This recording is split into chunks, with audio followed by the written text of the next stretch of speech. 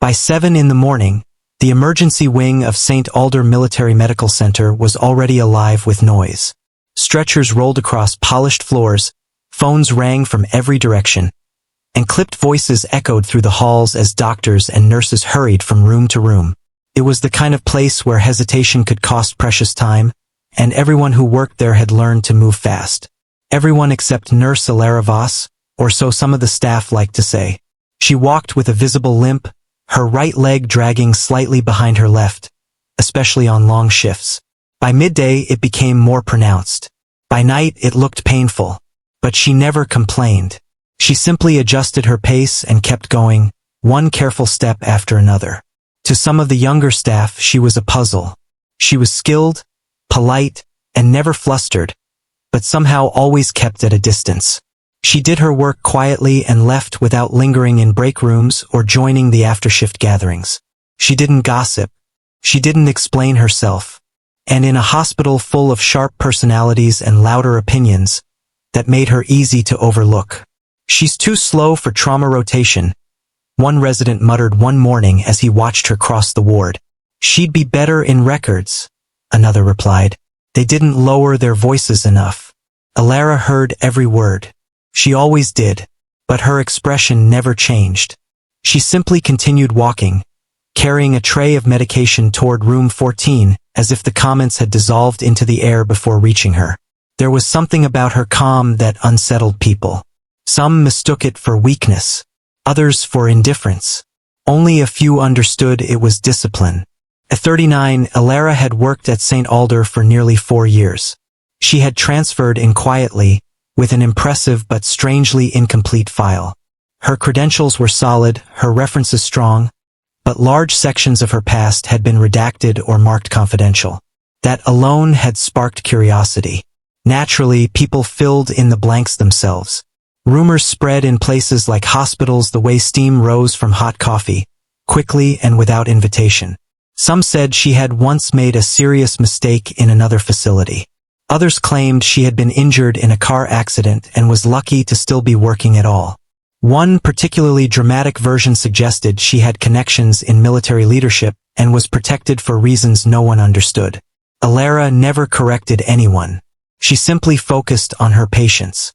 And they noticed. There was Sergeant Wilkes, an aging veteran recovering from spinal surgery, who refused pain medication from anyone but her because, as he put it, she listens before she acts. There was little Nora Benson in pediatrics, who waited every afternoon for Alara to bring her orange juice and tell her one of the quiet sea stories she somehow always seemed to know. And there was Captain Rowan, a decorated pilot who once told another nurse, "She notices things before the monitors do." Patients trusted her. Staff respected her skills when they paid attention. But respect and acceptance were not the same thing. That Tuesday morning began like any other. A steady stream of patients came through emergency intake. Alara worked her assigned rooms, checked charts, updated medication logs, and helped calm a frightened young recruit waiting for test results. She moved with the same measured grace she always had, conserving energy with each step. Near noon, a code was called in Trauma Bay 3, a motorcycle accident, multiple fractures, possible internal injuries. The entire trauma team surged into motion. Alara stepped toward the bay automatically, already reaching for gloves. Before she could enter, Dr. Kellen Rhodes blocked her path. He was one of the newer attending physicians, brilliant, ambitious, and known for speaking before thinking. "We've got enough hands," he said sharply. Alara looked at him, waiting. He glanced at her leg, then back at the room. "Stay with standard care today. We need speed in there." The words landed harder than he intended, though maybe not hard enough to be accidental. A few nearby nurses fell silent. Alara lowered her hand. "Understood," she said. No argument. No visible reaction. She turned and walked back toward the observation unit. Behind her, the doors slammed shut. A younger nurse named Tessa stared after her, guilt flickering across her face. But she said nothing. That was the thing about moments like these. Most people noticed. Few intervened. By late afternoon, the tension in the hospital had settled into its usual rhythm. Patients stabilized, reports were filed, and the cafeteria began preparing for evening service. Elara sat alone in a corner of the staff lounge with a cup of untouched tea.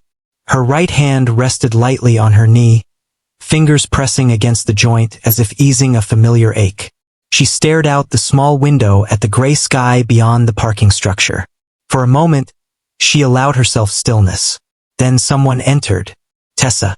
She hovered awkwardly near the vending machine. Elara? Elara looked up. I just wanted to say, what happened earlier wasn't right. Elara offered a faint smile. You don't need to apologize for someone else. Tessa shifted uncomfortably. I should have said something. Perhaps. The answer was gentle but honest. Tessa swallowed. Does it bother you? What people say? Elara looked back toward the window. Not as much as what they assume. Before Tessa could respond, an overhead alert interrupted the silence. Incoming priority transport. Level 1 clearance. All available emergency staff to intake. Tessa's eyes widened. That sounds serious. Elara was already standing. Her tea remained untouched. Within minutes, the emergency wing transformed. Security personnel appeared at entrances. 2 military vehicles arrived at the private bay. Senior administrators rushed into place. This was no ordinary emergency. Staff lined corridors, preparing equipment and securing access routes. No one yet knew who was coming in. Only that it involved military command and immediate stabilization. Elara moved toward intake with the rest of the nursing team. As she approached, Dr. Rhodes turned and saw her. His expression tightened. You're assigned to recovery support, he said. Not frontline intake. She held his gaze. I'm available where needed. I said recovery. Before she could answer, a sharp voice cut across the room. Stand down on assignments. Everyone turned. A uniformed operations officer had entered, carrying a secure satellite phone. His face was pale. He scanned the room, then asked clearly and directly, which one of you is designated as Angel 6? Silence. Confused glances passed between staff. Dr. Rhodes frowned. I think there's been some mistake. The officer ignored him. He repeated the question. Angel 6. Identify now. And for the first time all day, Elara Voss stepped forward. No hesitation. No limp in her stride. Just calm certainty. I'm here, she said. The room went completely still. The officer's posture changed instantly. He straightened, then extended the secure phone toward her with both hands. Ma'am, they requested you directly. No one moved. No one spoke. Dr. Rhodes stared, unable to process what he was seeing. Tessa's mouth fell open. Elara accepted the phone. Her face remained unreadable. She lifted it to her ear. This is Voss. A pause. Then the faint sound of a voice on the other end. Whatever was said caused the smallest shift in her eyes. Not fear. Recognition. Understood, she replied. She listened in silence. Then said, Prepare Bay 1. Full trauma access. No delays. She handed the phone back. The officer nodded sharply. Without explanation. Without question. Elara turned toward the staff. And for the first time since anyone at St. Alder had known her, her voice carried command. Bay 1. Surgical prep. Blood units on standby. Respiratory team to intake. Move. People obeyed before thinking. The authority in her tone left no room for hesitation. Dr. Rhodes opened his mouth, then closed it. Tessa rushed toward supplies. Orderlies repositioned equipment. Monitors powered on. The room snapped into coordinated action. Elara moved to the center of it all. Steady. Focused. Different. The woman they thought they knew seemed to disappear, replaced by someone who had done this many times before. Someone who expected precision. Someone used to being followed. Outside, the sound of rotor blades thundered overhead. A helicopter descended toward the private landing zone. Staff exchanged anxious glances. The incoming patient was moments away. And suddenly, every whispered assumption about the limping nurse began to unravel. Because the person the Marines had called for, the one they addressed as Angel 6, had been standing among them all along. And none of them had any idea who she really was. The helicopter landed with a force that shook the windows of St. Alder Military Medical Center. Its blade sent dust and loose papers spiraling across the landing zone as medics rushed forward with a reinforced stretcher. Inside the emergency wing, every member of the intake team stood ready. No one spoke. The tension in the room was sharp enough to feel. Alara stood at the front of Bay 1, gloved hands steady, eyes fixed on the opening doors. The overhead lights reflected in the polished floor beneath her. Around her, the staff who had once doubted her now waited for her direction without question. Dr. Kellen Rhodes stood slightly behind her, still trying to understand how the quiet nurse he had dismissed hours earlier had suddenly become the center of a military operation. He had questions, but there was no room for them. The doors burst open. The stretcher rolled in fast, pushed by 2 combat medics and followed by uniformed Marines. On the stretcher was a senior Marine officer in full-dress undershirt, pale and barely conscious. He had collapsed during a closed military briefing across town. The details were classified. The urgency was not. Male 58. One medic reported quickly. Severe chest pressure, breathing difficulty, collapse at 1642. No external injuries. Heart rhythm unstable during transport. Alara stepped beside the stretcher as it moved. Was he conscious en route? In and out. Any prior cardiac history? Unknown. She placed 2 fingers at his wrist, checked his pupils, then glanced at the monitor. The rhythm was erratic. Too erratic. Transfer now, she said. The team moved him to the bed. Machines connected in seconds.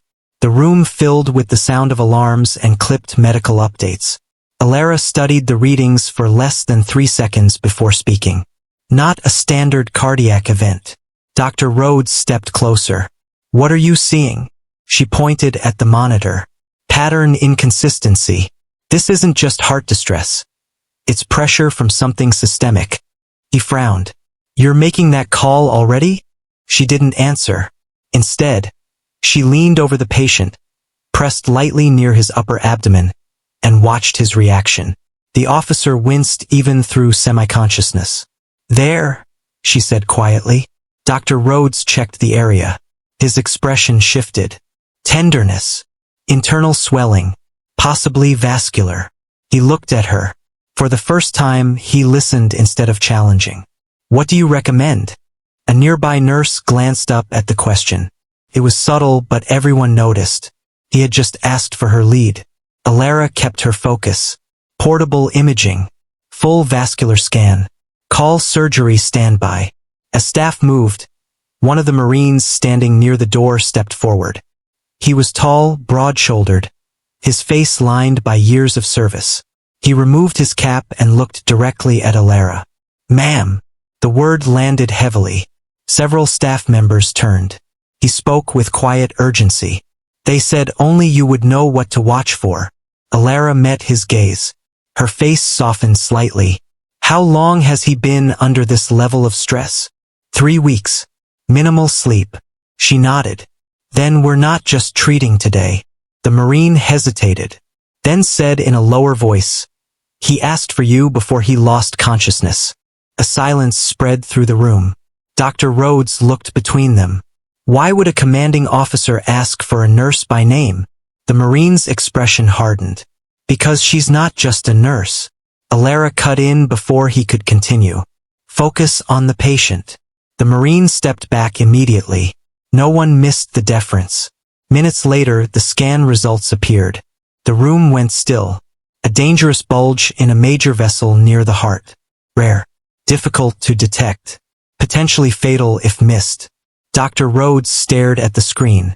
We would have treated him for cardiac arrest. Alara spoke calmly. And he wouldn't have survived the hour. The words settled like stone. Tessa, assisting near the medication cart, looked down.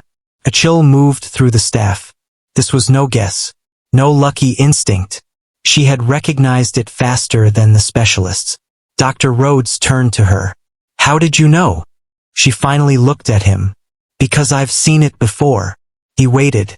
But that was all she gave. The officer's condition worsened suddenly. His blood pressure dropped. Monitors screamed. The team rushed into action. Alara moved with precise calm, issuing instructions before the others could process the changes. Stabilizers now. Prep for immediate transfer to surgical suite. The staff responded instantly. Even senior physicians followed without resistance. She adjusted medication dosages herself, catching an error before it reached the line. Then she steadied the patient's shoulder as his eyes opened briefly. He looked directly at her. For a second, his confusion cleared. "Alara," he whispered. She leaned closer. "You're in good hands." His breathing slowed.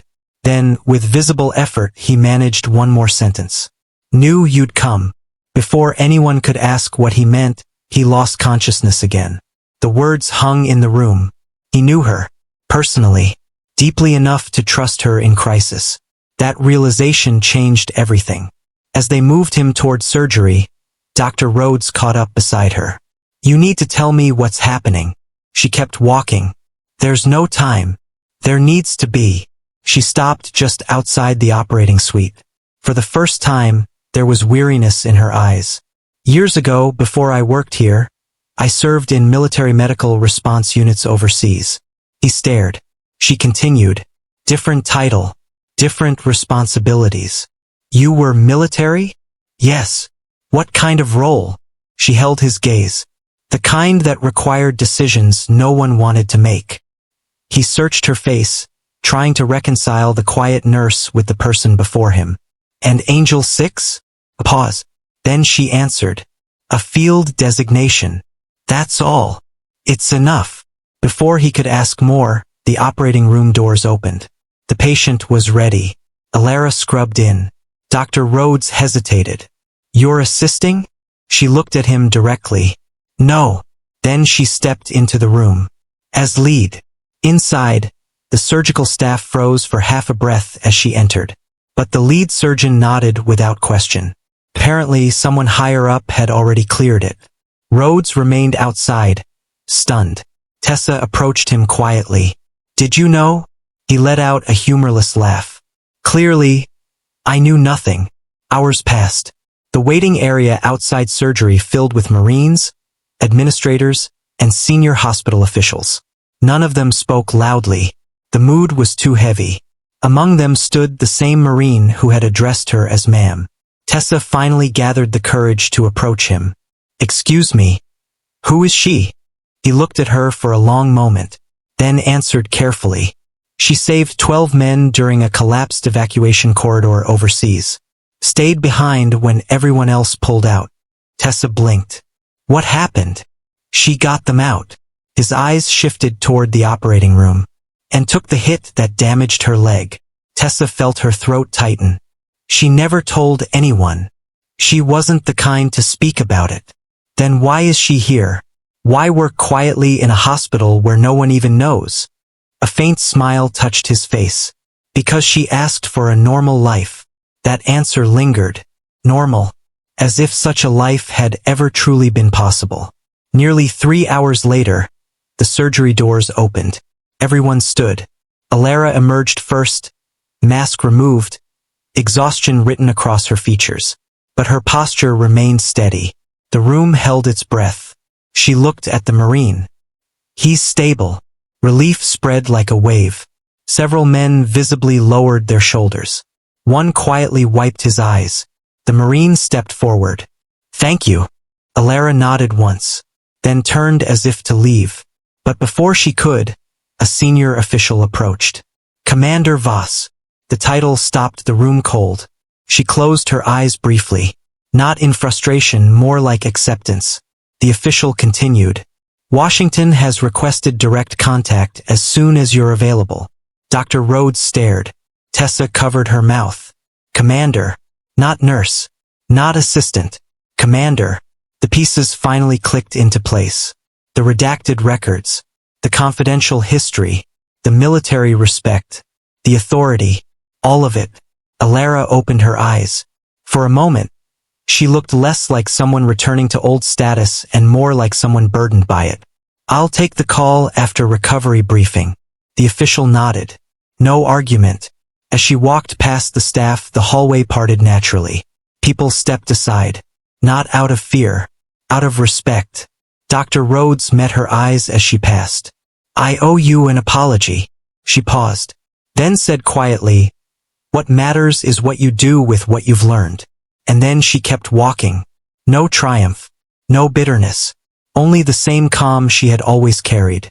But now everyone understood it for what it truly was. Not silence. Not weakness. But strength held under control. And for the first time since she arrived at St. Alder, no one saw a limping nurse. They saw the woman the Marines had called for when everything was on the line. By sunrise, the entire hospital had changed. The same corridors that once carried casual whispers now held a strange silence whenever Ilara Voss passed. People who had barely looked at her before now stepped aside without being asked. Some nodded respectfully. Others simply watched, unsure of what to say. No one called her commander aloud. But everyone knew. The news had spread overnight. Not through official statements, but through fragments of overheard conversations, stunned recollections, and the undeniable sight of military officers standing at attention outside a nurse's office. The story grew with every retelling. Some said she had once led combat medical teams overseas. Others claimed she had advised special operations units in crisis zones. A few whispered that she had personally trained elite rescue personnel. The truth remained unclear. But one fact stood above all others. The quiet nurse they had dismissed was someone far greater than they had imagined. Ilara arrived for her morning shift as usual. Same navy scrubs. Same practical shoes. Same measured pace. No ceremony. No announcement. She checked in, reviewed patient updates, and moved toward recovery as if nothing had changed. That, more than anything, unsettled people. Because most expected her to leave. Or at least to stand differently. To carry herself like the title now attached to her. But she remained exactly as she had been. Steady. Reserved. Focused on the work. It was as if the events of the previous day belonged to everyone else, not to her. Still, the hospital was not the same. At 10 in the morning, the Board of Administration called an emergency staff meeting. Attendance was mandatory. Doctors, nurses, support staff, and department heads gathered in the main conference hall. The atmosphere was tense, curious, uneasy. Ilara stood near the back wall, arms folded loosely. She had not intended to be there, but someone had insisted. At the front of the room stood the hospital director, a stern woman known for precision and control. She cleared her throat. As many of you are aware, recent events have brought new information to light regarding Nurse Ilara Voss. A murmur moved through the room. The director raised a hand. Let me be clear. Her employment records were lawful, her credentials valid, and her role here fully authorized. Certain aspects of her prior service remained classified under federal request. That word, classified, sent another ripple through the audience. The director continued. However, in recognition of her actions yesterday and her long-standing service, we are prepared to formally acknowledge her background. All eyes shifted to Ilara. She did not move. The director gestured toward her. Ilara Voss served in advanced military medical leadership for over a decade. She specialized in emergency field response, crisis extraction, and cross-unit stabilization under hostile conditions. People exchanged stunned looks. The language alone sounded beyond ordinary service. She received multiple commendations, several of which remain sealed. She later retired under medical limitation and chose civilian practice. A pause. Then the director said the part that changed everything. She did not request special treatment. In fact, she requested the opposite. Silence. She asked to serve here without title, rank, or recognition. The room went still.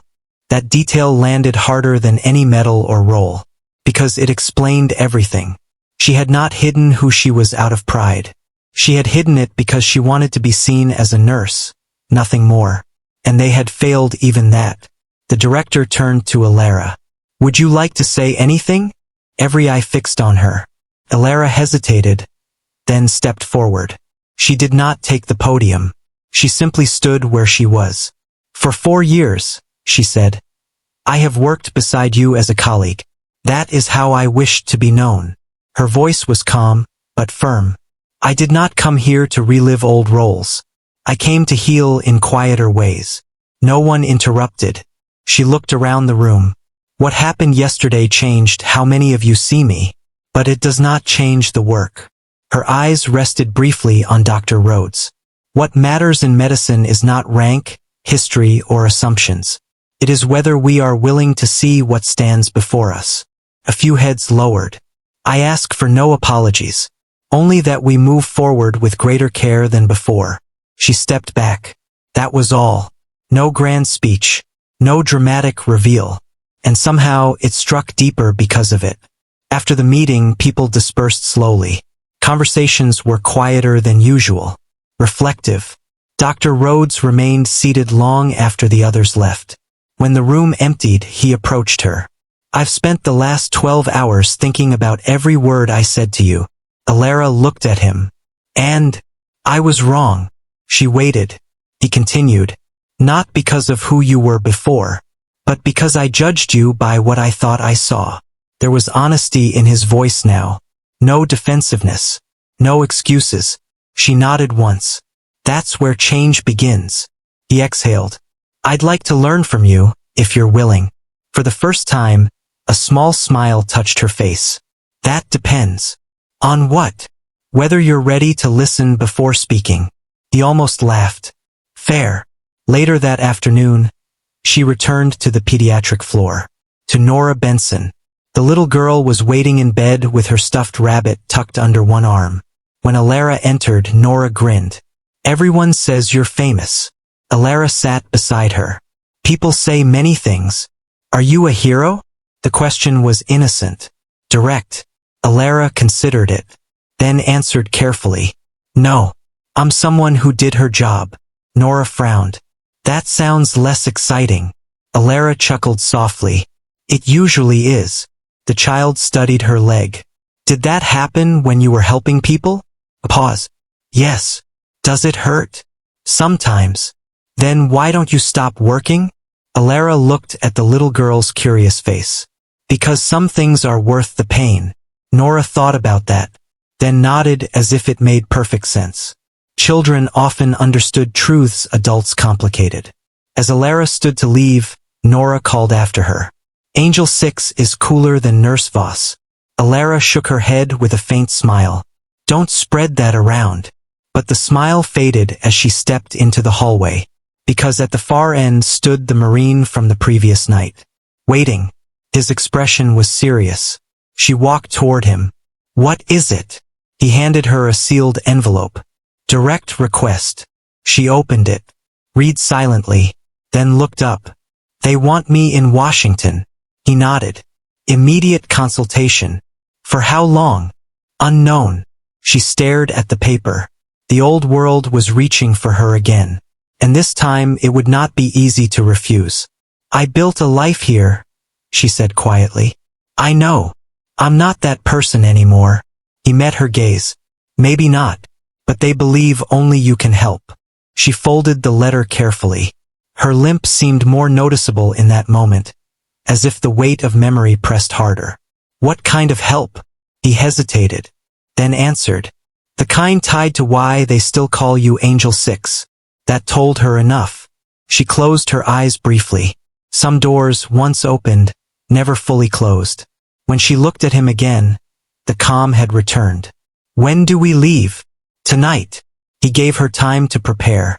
She spent the evening finishing charts, handing off responsibilities, and checking on patients as if leaving for a normal shift change. Only Tessa knew.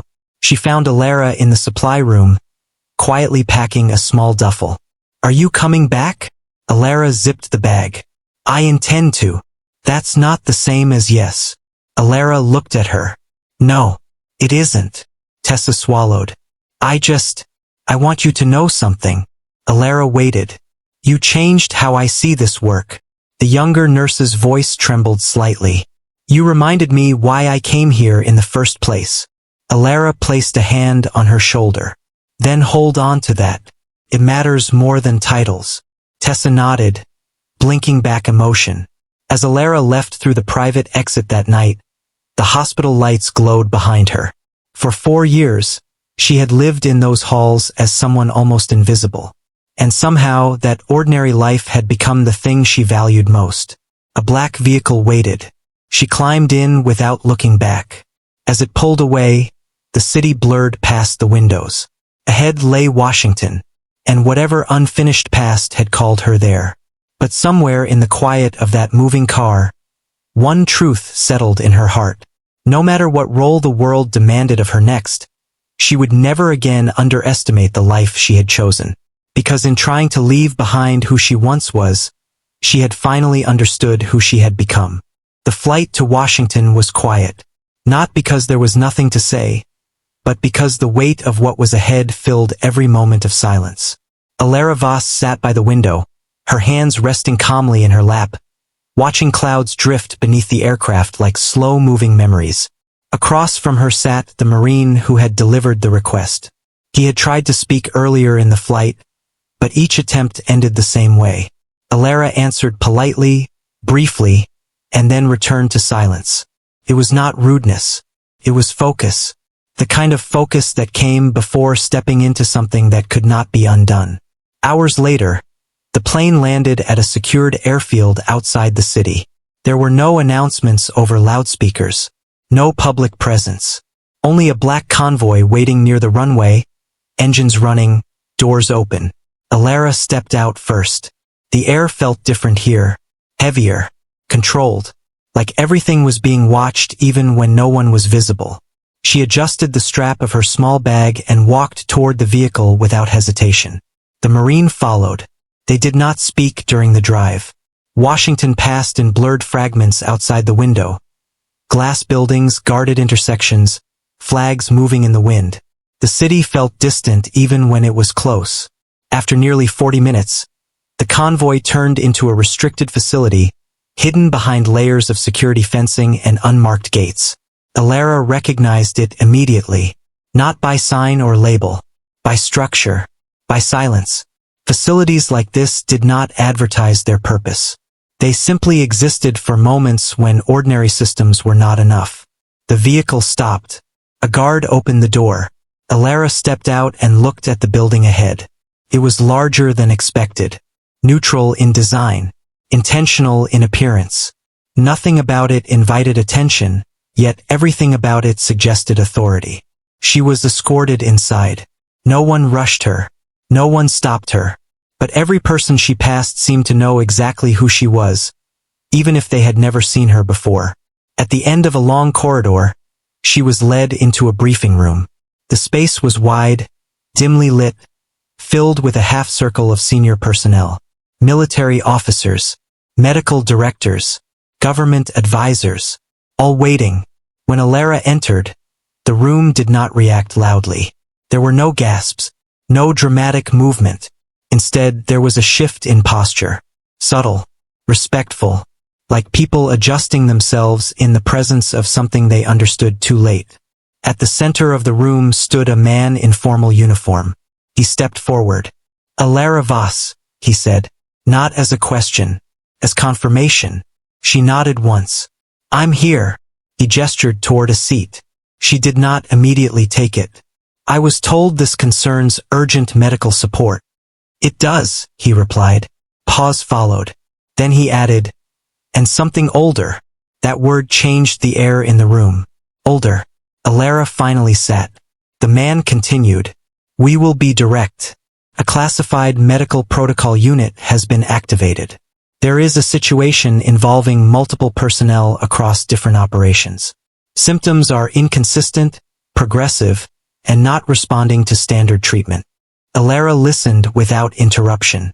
"They are not calling it an outbreak," he said carefully, "but the pattern suggests coordinated exposure." She leaned slightly forward. "Exposure to what?" He hesitated. "That is part of the problem. We don't know." A low murmur moved through the room. Alara remained still. "Where are the patients now?" "Various secure facilities. Some overseas. Some here. And you believe I can help?" It was not a question. The man met her gaze. We believe you have seen something similar before. Silence stretched between them. For the first time since arriving, Alara's expression changed slightly. Not surprise. Recognition. The room noticed. One of the advisors spoke. You were deployed in multiple classified response zones over a decade ago. There are field reports referencing a designation, Angel 6. Alara's jaw tightened almost imperceptibly. That designation is no longer active, and yet it is the only consistent connection between all early containment successes. She looked down for a moment. When she spoke again, her voice was lower. You are asking me to confirm a past I left behind. We are asking for help, the man corrected. A long pause followed. Then Alara said, Bring me the data. Over the next hours, the room filled with digital reports, medical scans, timelines, and fragmented logs. Alara reviewed them without hesitation. She did not ask for comfort. She did not request breaks. She simply absorbed everything with the quiet precision of someone who had once done this under far worse conditions. The Marine who had accompanied her watched from the back of the room. He had seen many skilled officers in his career, but this was different, not because she was fast, but because she was still, unshaken, as if she was reading something she already knew too well. At one point she stopped. Here, she said. The room gathered closer. She pointed to a pattern across multiple cases. This is not random. What do you see? A medical director asked. A structured trigger response. A silence followed. She continued. These symptoms are consistent with controlled physiological disruption. Not infection in the traditional sense. More like induced instability in specific biological systems. One of the scientists frowned. That level of precision isn't common. Alara's eyes stayed on the screen. No, it isn't common in nature. The room grew colder. Someone asked quietly, You've encountered this before? Alara did not answer immediately. Then she said, Yes. The word landed heavily. A senior officer leaned forward. Where? Alara hesitated. For the first time since arriving, something like fatigue passed through her expression. Different operations. Different locations. But the structure is the same. She stood and walked closer to the display. This is not new. It has been refined. A tense silence followed. Then she added, almost quietly, which means someone has been improving it over time. That statement changed the atmosphere completely. This was no longer just a medical concern. It was something more deliberate, more dangerous.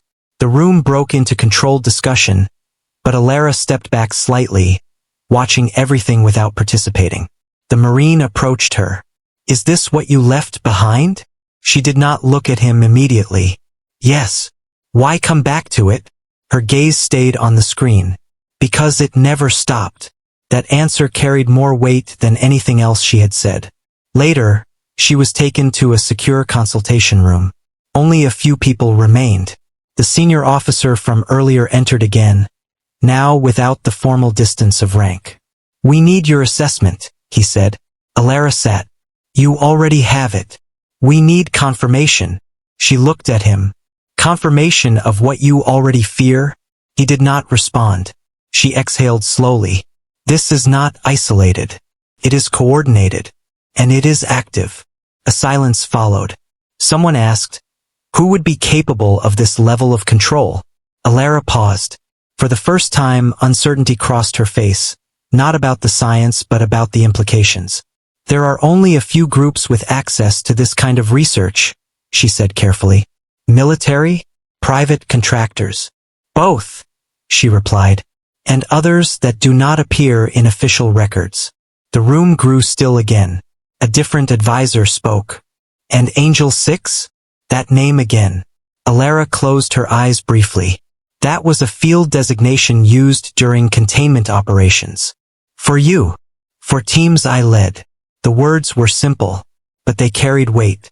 Someone asked softly, why did they call you that? Alara opened her eyes. For a moment, she seemed far away.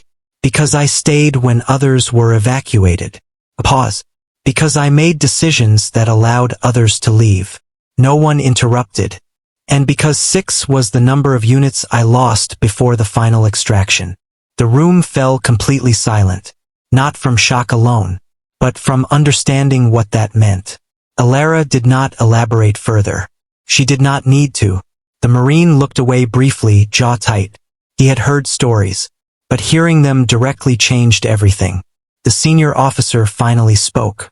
So you were not just a medic. Alara looked at him. No, she said simply. Then what were you? A long pause. Then she answered. Someone who made sure others made it home. The room absorbed that quietly. No one spoke for a moment. Eventually, the officer nodded. We need you to lead the advisory response. Alara shook her head immediately. No. Surprise flickered across faces. That is not what I do anymore. We don't have anyone else with your experience. Her voice remained steady. Then you are already behind. A tense silence followed. She stood. I will assist. I will not command. The distinction was clear. And it was final. No one argued. Because somehow, even in refusal, she held authority. As the meeting ended, Alara remained alone in the room for a few moments after others left. The Marine stayed near the door. You could have taken control, he said quietly. I don't want control, she replied. Then what do you want? She looked at him for the first time with something softer in her expression. To finish what should have ended long ago. Then she turned off the monitor and walked out. The corridor outside was quiet again. But the world she had stepped into was no longer the same one she had left behind.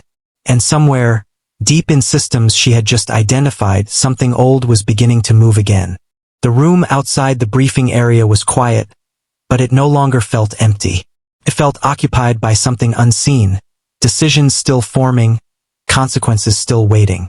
Alara Voss stood near the window, looking down at the restricted facility courtyard where vehicles moved in slow, controlled patterns. Behind her, voices came and went. Plans were being adjusted, teams reassigned, protocols rewritten, but she was not part of any of it in the way they expected. She had already said what she would and would not do. Assist, not command. That boundary held firm, even as everything around her tried to bend it. The Marine who had accompanied her stood a few steps away, watching her in silence. He had stopped trying to read her face. There was too much history there, and not enough words left to explain it. After a long moment, he finally spoke. They've started moving units based on your assessment. Alara did not turn. That's good. You're not going with them. I said I wouldn't lead. Pause followed. It's still your plan, he said carefully. Alara's eyes stayed on the courtyard below. No, it's just the only logical path left. That answer ended the conversation for a moment. Because it wasn't pride. It wasn't refusal. It was something more complicated. Distance from a role she had once carried until it broke something inside her that never fully healed. The Marine shifted slightly. There's something else, he said, that made her turn. He held out a small encrypted tablet. They found another cluster. Different region. Same pattern. Alara took the device and reviewed the data quickly. Her expression tightened. This wasn't in the original file. No. It came in an hour ago. She looked up. That means it's spreading faster than they admitted. The Marine nodded. Alara handed the tablet back. Then we don't have time for meetings. That was all she said before she walked past him. No dramatic urgency. No announcement. Just movement. Because when she made decisions, she didn't need approval. She needed space to act. Inside the operational floor, the atmosphere had changed again. Whiteboards were filled with coordinates and timelines. Medical teams moved between stations. Analysts spoke in short, clipped sentences. Everyone was working harder, but also more uncertain. Alara walked through it without stopping until she reached the central coordination table. Several officers looked up immediately. One of them spoke first. We've adjusted deployment based on your earlier assessment. She nodded once. Good. But it's not enough. That made a few heads turn. She placed her hands on the edge of the table. This pattern is accelerating. If you continue reacting instead of anticipating, you will always be behind. A senior coordinator frowned. Then what do you suggest? Alara looked at the map projected in front of them. For a moment she didn't speak. Then she reached forward and adjusted 3 points. You consolidate here, she said, tapping one region. And here, another tap. And you stop treating this as separate incidents. Her finger moved across the entire map. This is a network. A quiet tension filled the room. Someone asked, "You're saying this is coordinated?" "I'm saying it behaves like it is." That distinction mattered. Because in her world, assumptions were dangerous but patterns were not. A scientist nearby leaned in. "If that's true, then there's a central point of control." Alara straightened. There is always a point of control. No one asked her how she knew. They didn't need to anymore. By now, they had seen enough to stop questioning the certainty in her voice. The Marine watched from the doorway as she continued adjusting deployment plans, refining response timing, removing inefficiencies with quiet precision. She wasn't leading, but everything still moved around her. At one point, a younger analyst approached hesitantly. "Commander Voss?" Alara paused. The title still felt unnatural in this place. "Yes, I was assigned to review early case histories. There's something consistent in the survivors' reports." Alara turned fully toward him. "What kind of consistency?" The analyst hesitated, then spoke. "They all mention a figure. Someone who stayed behind during extraction. Someone who made sure they were evacuated first." A silence followed. Alara did not react immediately. The analyst continued. "They describe different locations, different situations, but the same presence." He looked down at the tablet. "They call her Angel 6. The room grew quiet without anyone telling it to. Alara finally spoke. "Those reports are outdated. But they're consistent," he said softly. She met his gaze. "Memory is not always accuracy." The analyst nodded quickly and stepped back. But the air in the room had changed again. Because even if she refused the label, others kept finding it.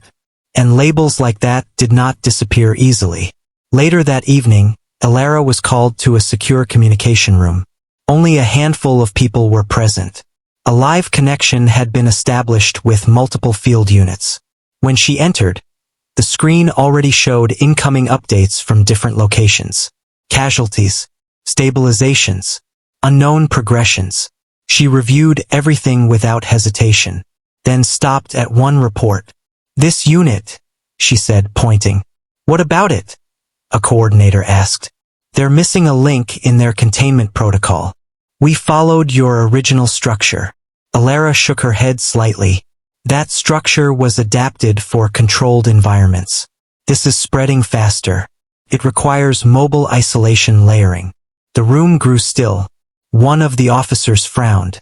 "That's not in the current doctrine." "It was never written into doctrine," she replied. Pause followed. Then she added, "Because it was never meant to be used again." The implication hung in the air. The Marine spoke quietly from the back. "So you've done this before?" Alara didn't look at him. "Yes, more than once." A long silence. Then she answered, "Yes." That was all she gave. No details, no stories. But it was enough to change the way people in the room saw her again. Not as someone guessing, not as someone analyzing, but as someone remembering. Hours passed. Operations continued. New data arrived constantly. And slowly something became clear. Alara was not reacting to the situation. She was recognizing it. Patterns others saw as emerging, she saw as repeating. The difference was experience measured in places no one else had been. At midnight, she finally stepped away from the central operations floor. The Marine followed her into a quiet corridor. "You haven't rested," he said. "I don't need rest right now. That's not sustainable." She stopped walking. For a moment, there was something tired in her eyes. Not physical exhaustion, but something deeper. "I've worked through worse." "That's not an answer." She turned toward him. "It's the only one I have." Silence stretched between them. Then he asked carefully, "Why did you really leave before?" Alara looked away. For a long time, she didn't answer. When she finally spoke, her voice was quieter. Because eventually, every system reaches a point where saving people means losing something else. She looked back at him. And I had already lost enough. The Marine didn't respond immediately. There was nothing easy to say to that. Instead, he said something simpler. They still need you. Alara shook her head slightly. They need the work. Not me. But even as she said it, she turned back toward the operational floor.